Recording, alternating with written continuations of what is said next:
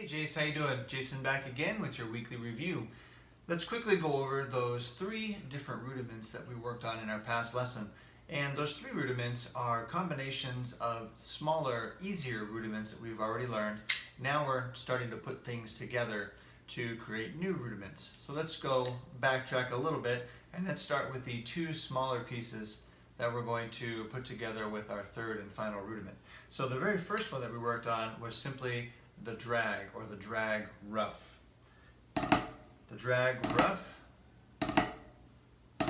consists of one hand playing a double grace note, double stroke grace note, while the other hand comes down to complete the quarter note.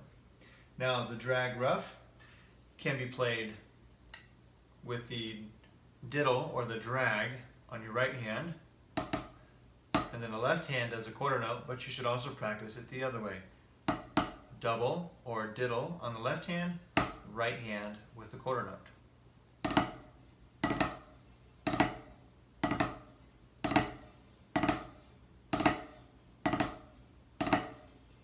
Now the next one that we talked about was the single drag tap. So the single drag tap is the drag rough, but we're adding an extra note at the end, and that extra note is typically an accented note. So again, that is the single drag tap. So we're going to drag with the right hand first, left hand for the first quarter note, or the 8th note in this case, the first note, and then single drag tap. This as a accented single. Dave just keeps trying to jump in here and take over my lesson. So what we're going to do is we're going to do the single drag tap. It's a rough. So, and then an accent. And the accent is going to be a harder, heavier hit. So a right-handed single drag tap would be diddle, left hand, accented right hand.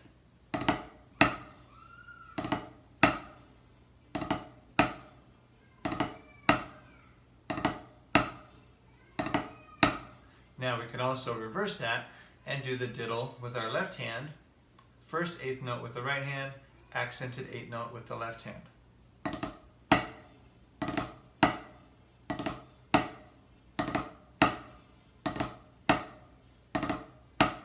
And then you can alternate those.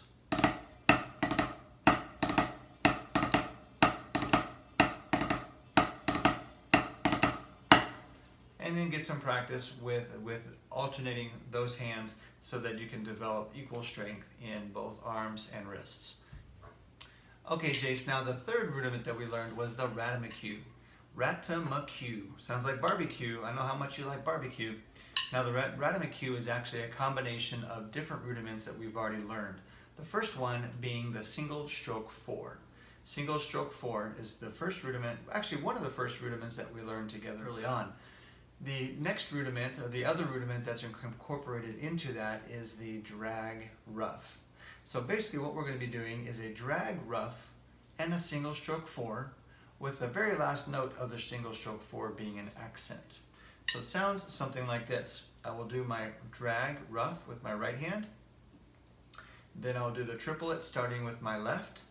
So double, left, right, left, accent. So whatever hand does the drag also does the accent at the end.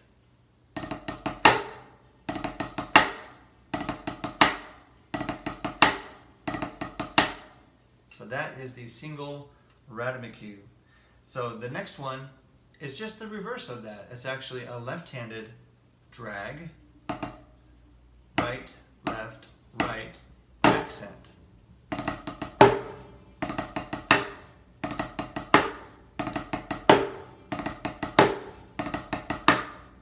So again, accents need to be distinguishable from regular strokes. Accents are twice as loud, twice as hard as a regular stroke. So putting it all together, the Ratamacue sounds like this.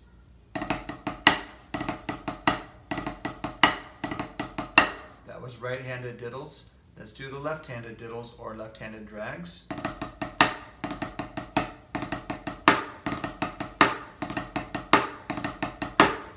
Then you can put them together and alternate the sequences.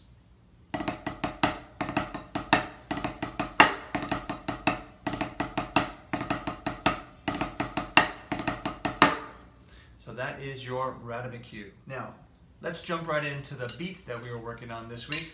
Now remember, for the beat this week, we were taking a straight 8th note rock groove and giving it a bluesy or a swung. Let's jump into the beat that we worked on this week. What we did this week is we took an 8th note rock beat, a standard 8th note rock beat, which sounds like this.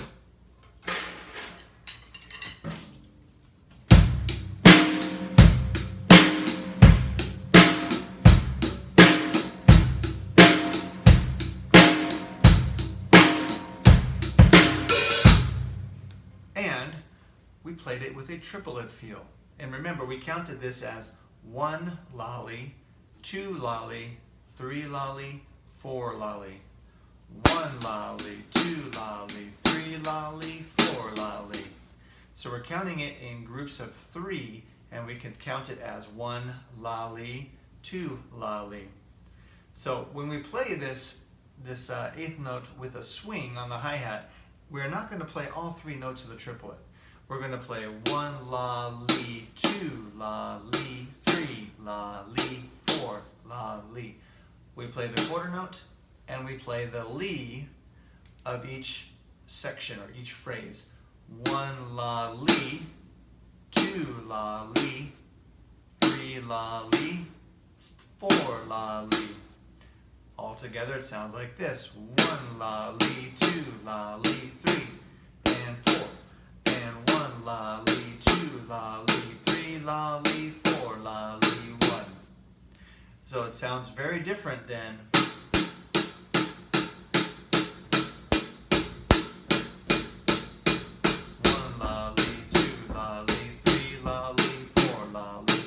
So now we're going to take our 8th note rock beat and we're going to give it a bluesy twist. It's going to sound something like this when we play it with a triplet feel. 1 lolly, 2 lolly, 3 lolly, 4 lolly.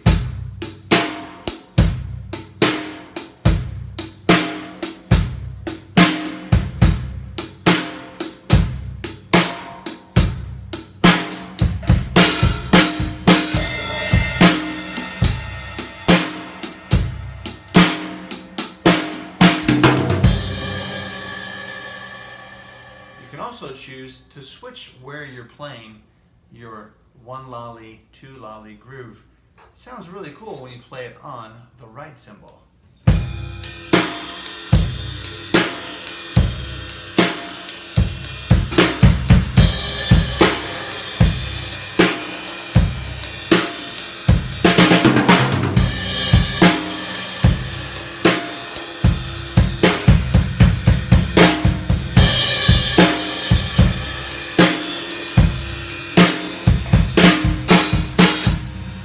So there you have it. There's an example of your 8th note rock beat with a twist. We're giving it a bluesy swing.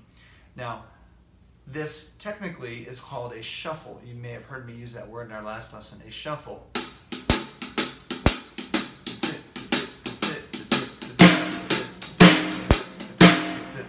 So a shuffle kind of gives that as if you're moving forward, progressing forward. So shuffle beat can be a really driving beat that can help just tie all the instruments and everything happening with the instruments together and give it a really positive direction and a very nice sound and a very nice feel. So that's your 8th note rock beat with the twist. I want you to work on that shuffle beat or that swinging 8th note beat at home while you're doing your practice. Now the last thing that we talked about, and I will again send a copy of this to you, is your warm-up that we have here, the Drumeo pad warm-up, or it's called the Drumeo pad workout. I like to use it as a warm-up because it's pretty handy. I'll send a copy of that to you, and I want to encourage you to start at 60 beats a minute and complete the first 3 lines of that. Don't do the last 2 lines, just the first 3.